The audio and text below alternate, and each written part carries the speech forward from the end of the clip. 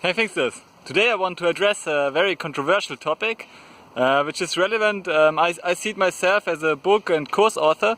I see that that creating books and courses is very successful these days because many people, millions of people, or even billions of people buy courses and books online, and there, of course, obviously there are a lot of book writers and course creators, and we have thousands and maybe even millions of books in the programming space which teach people to code, basically.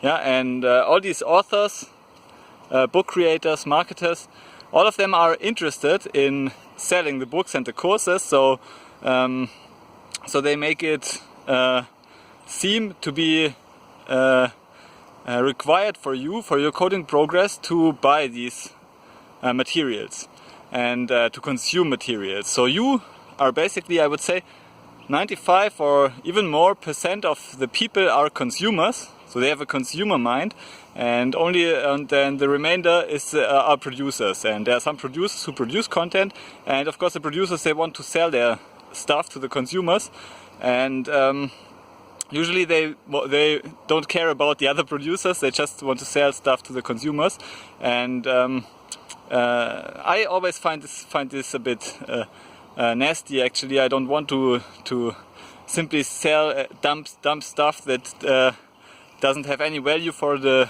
consumers. I want to create stuff, courses and books which are valuable for consumers, so that consumers can go to the next step up to the next level, becoming producers themselves. Because I believe if in our world, if you have more producers, then we will be much more efficient. We will humanity as a race will become much more successful and intelligent as a collective organism, so to say. And we will be able, with more producers like more people who actually create stuff and produce stuff, we will be much more able to face the challenges we have nowadays, and we will have more technological breakthroughs that can be the rescue out of our problems we face. At least this is my philosophy. And but the topic I want to address today is what should be the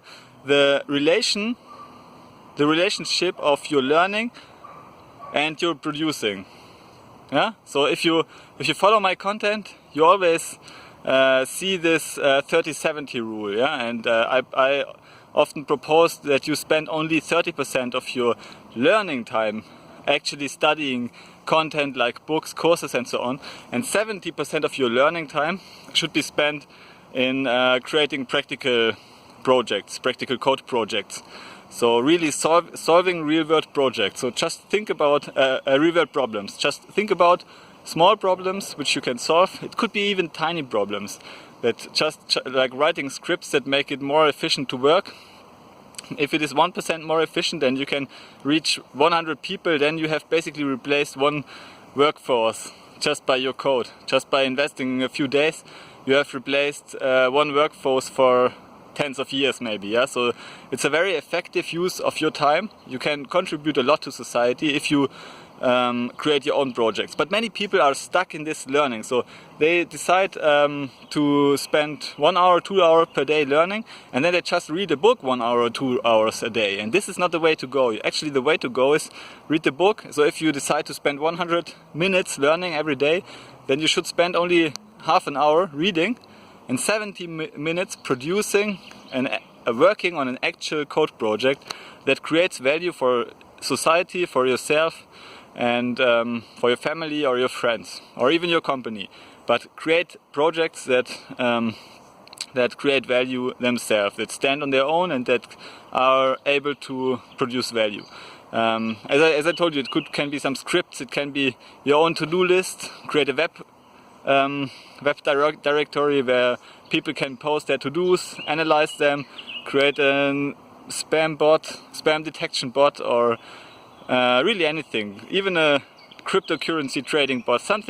Create something that is able to perform actions in the real world on the real marketplace, and then test the actions. Let it do its thing. Sometimes it will help, sometimes not. If it doesn't help, then you can just throw it away, your bot or your script, and go on producing the next one, and stack on your experience of your last project. And this is not only will you be more productive, you will create a lot of useful stuff for other people and for yourself, but you will also learn more and capture more value for yourself. So you will earn more, you will learn more and faster, better. The learning you experience will be so you will have much better retention of the learning you experience, and you will get real world feedback. And of course it becomes ugly if you are doing this, because then it's not clean. Like, if you know my learning material, it's often based on like clean small puzzles which you can solve, and this is useful, solving these puzzles, but it should be pushed to your 30% learning time, and your 70% producing time within your overall learning time should be ugly.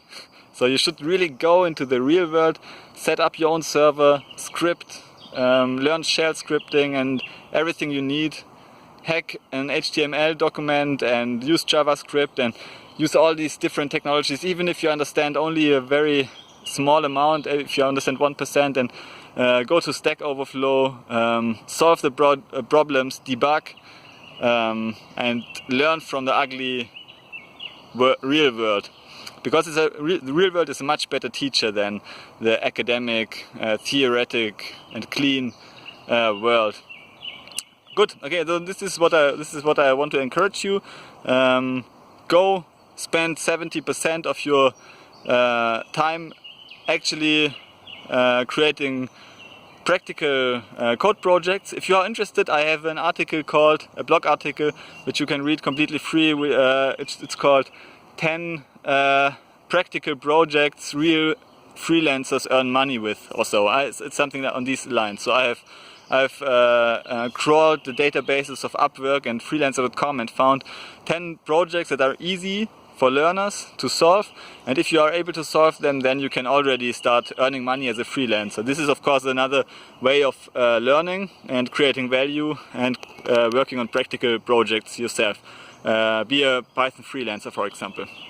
So I will give a link to the article below, also a link to my free webinar as well, where I give you the whole picture, the state of the art of the Python freelancer state, which is also a good way of learning. So if you are a Python freelancer, you will get paid for learning, you will work on real world practical projects, and instead of spending your learning time on the on theoretical part, you can dive right into the practice.